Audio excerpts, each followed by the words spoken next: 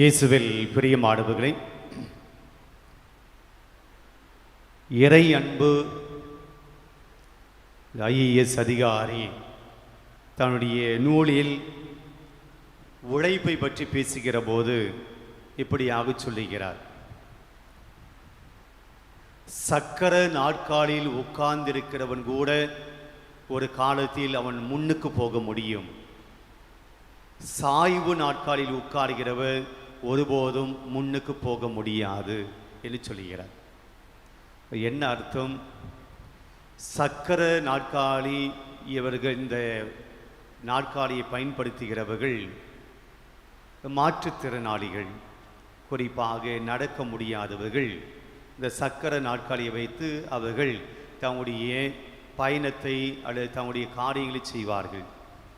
அவர் சொல்லுகிறார், இப்படி உடல் ஊனமுற்ற மாற்றுத்திறனாளிகள் கூட சக்கர நாற்காலியை பயன்படுத்தி அவர்கள் முன்னுக்கு போவார்கள். ஆனால் சாய்வு நாற்காலியில் உட்கார்ந்து கொண்டிருக்கிற ஈஸி சேர், சோம்பேறித்தனமாக உட்கார்ந்து கொண்டிருக்கிற இவர்கள் ஒருபோதும் முன்னுக்கு போக மாட்டார்கள் என்று சொல்லுகிறார். எல்லாம் உழைத்து வயதான பின்பு சாய்வு நாட்களில் உட்காருவதை பற்றி அவர் பேசலை. உழைத்த பின்பு, வாழ்க்கையில் முன்னேறிய பின்பு, ஓய்வு எடுக்கக்கூடிய காலகட்டத்தில் வீட்டில் ஒரு சாய்வு நாட்களில் போட்டுக்கொண்டு ஈஸி சேர் போட்டுக்கொண்டு உட்கார்ந்திருப்பவர்களை பற்றி அவர் பேசவில்லை. சோம்பேறிகளை பற்றி பேசுகிறார். ஈஸியாக உட்கார்ந்து கொண்டு எதையுமே செய்யாமல் இருக்கிறவர்கள் ஒருபோதும் முன்னுக்கு வர முடியாது.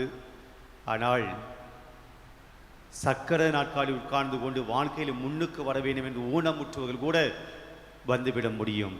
ஏனென்றால் உடலில் ஊனமுற்றதை விட மனதளவில் ஊனமுற்றவர்கள் ஒருபோதும் வாழ்க்கையில் வெற்றியை காண முடியாது என்று சொல்கிறார். வேலை செய்யாதவர்கள், உழைக்காதவர்கள் ஒருபோதும் வாழ்க்கைக்கு முன்னுக்கு வர முடியாது என்பதுதான் அவர் சொல்ல வரக்கூடிய கருத்து. இன்றைக்கு முதல் வாசகத்திலே உழைப்பை பற்றி பேசப்படுகிறது. பவுலடியா சொல்கிறார், உழைக்காதவர்கள் உண்ணலாகாது என்று சொல்லுகிறார். நாம் இன்றைக்கு எல்லோருமே ஏதோ ஒரு விதத்திலே நாம் உழைத்து கொண்டிருக்கிறோம்.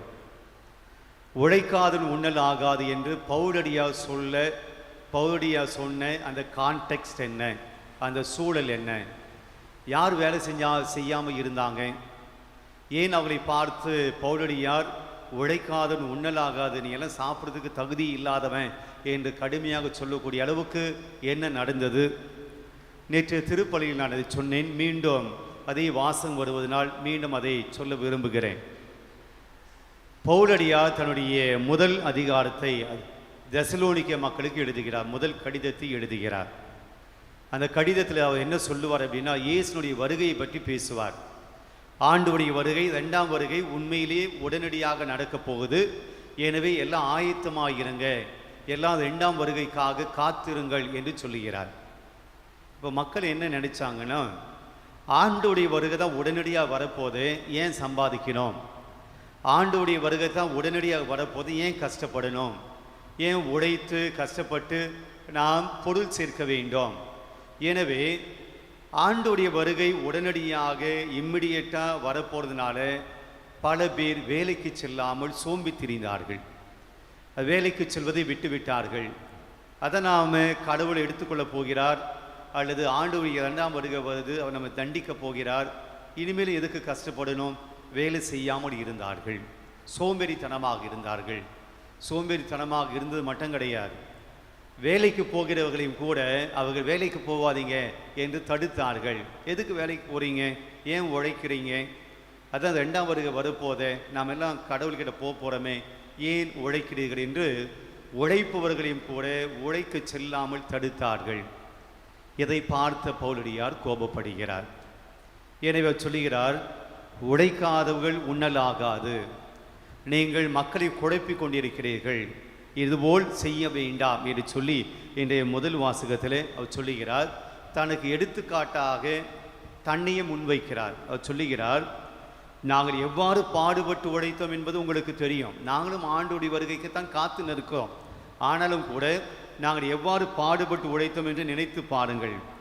உங்களுள் எவருக்கும் நாங்கள் சுமையாய் இராதபடி எங்கள் பிழைப்புக்காக பகலாய் உழைத்தோம். பவுலுடைய தன்னை பற்றி சொல்கிறார்.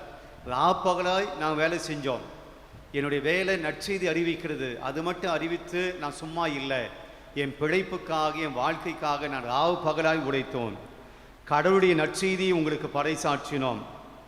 நம்பிக்கை கொண்டு உங்களுக்கு முன்பாக மிக தூய்மையோடும் நேர்மையோடும் குற்றமின்றி ஒழுகினோம் என்பது நீங்கள் தான் சாட்சி.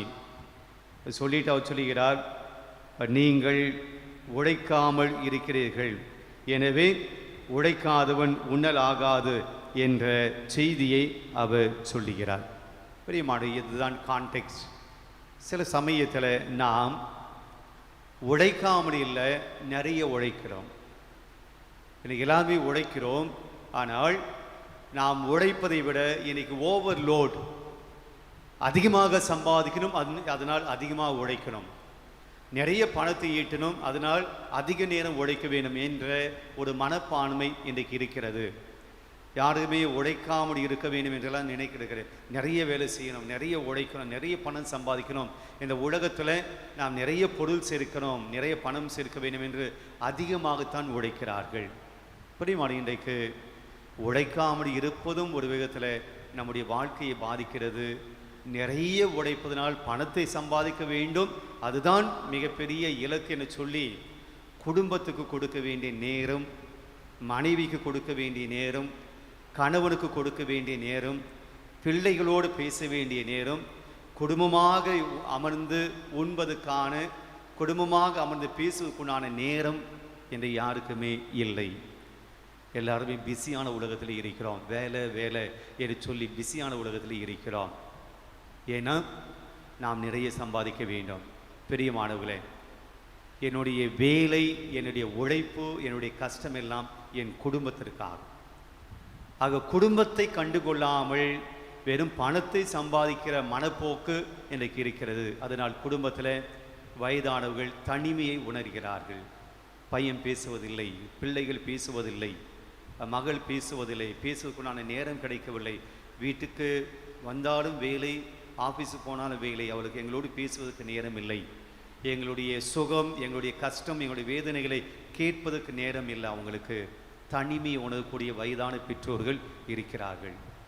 பிள்ளைகள், அப்பா பேச மாட்டார், அம்மா பேச மாட்டாங்க, பிஸியாக இருக்கிறாங்க. பள்ளிக்கு செல்கிறோம், டியூஷனுக்கு போகிறோம், வீட்டுக்கு வருகிறோம், சாப்பிடுகிறோம், தூங்குகிறோம். பேசுவதற்குண்டான சூழல், பெற்றோர்கள் அப்பா அம்மா கிட்ட பேசுவதற்குண்டான சூழல் இல்லை. இன்றைக்கி பிள்ளைகள், மிக குறிப்பாக பள்ளிக்கு செல்லக்கூடிய பிள்ளைகள், அப்பா அம்மா கூட பேசுறதுக்கு நேரம் கிடையாது.